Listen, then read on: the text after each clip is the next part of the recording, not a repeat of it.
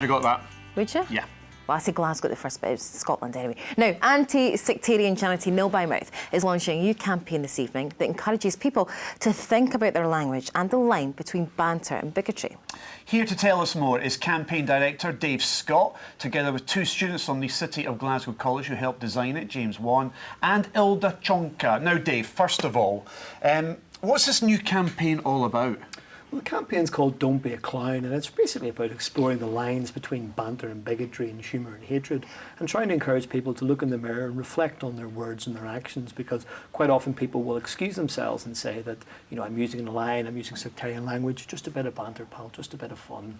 And what we're trying to do is not so much say to them you're going to go to prison, not to say they'll be sanctioned, but that old expression which I'm sure your parents have used to you down the years, you don't be a clown, that idea of, look, that old Scottish yes, many a idea. time. We say to on a regular basis, don't be a clown. Yeah, so those sort of ideas. It's just about making people think that little bit, think that little second before you say something or do something that you might regret and might put you in a bad light. So why now?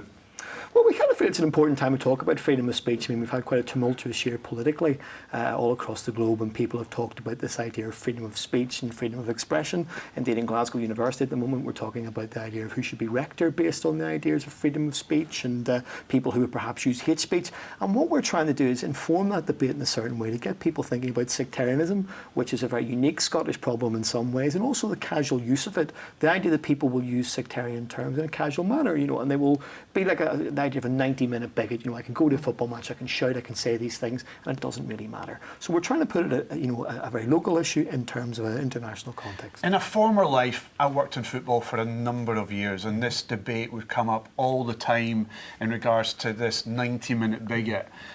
Do you buy that? Can you be a 90-minute racist? That would be how I would say it. If you abuse somebody based on the colour of your skin, is it the case? But that's the argument. Do you know what I mean? That's always the argument that's been put forward. I never quite understood it.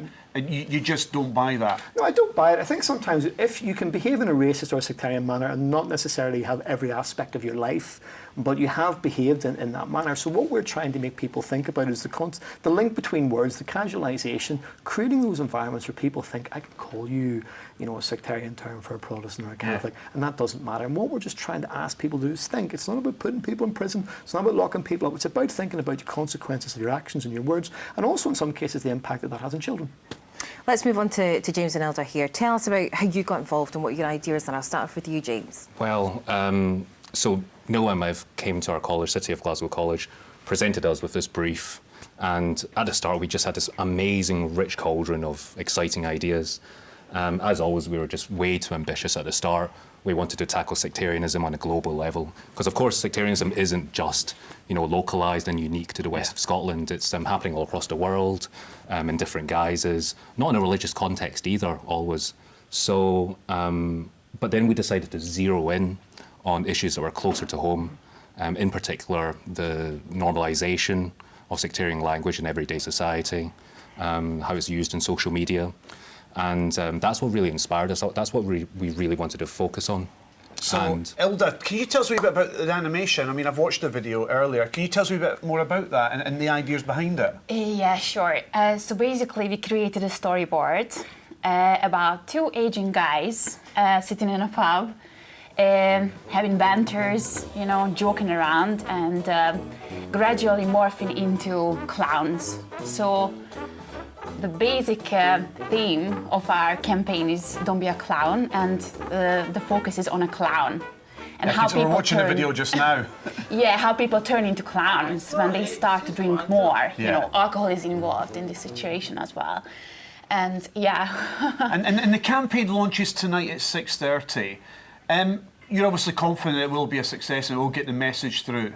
We're optimistic. I mean, the students, the group of students have come up with brilliant stuff from City of Glasgow College. They've really worked hard on it. And what we're just trying to do, it's just about taking that step back. It's about thinking about that line between humour and hatred, and it's just encouraging people. It's not about browbeating people. It's not about saying things you can and can't do. It's just about saying, Scotland, we're sitting here, you know, in one of the funniest cities in the world. You know, they'll put home with Billy Connolly, Still Game, you know, Rab Seen it, some great sort of humour.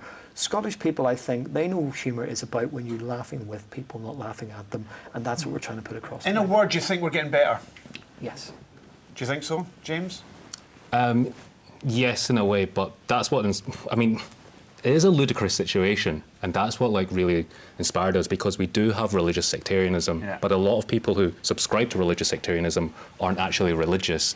They're sectarian, but they're not religious. Brilliant stuff. Thank you so much for coming. All the And good best luck with the tonight. campaign. Lovely meeting you. so Thank you so much and well done. Thank you.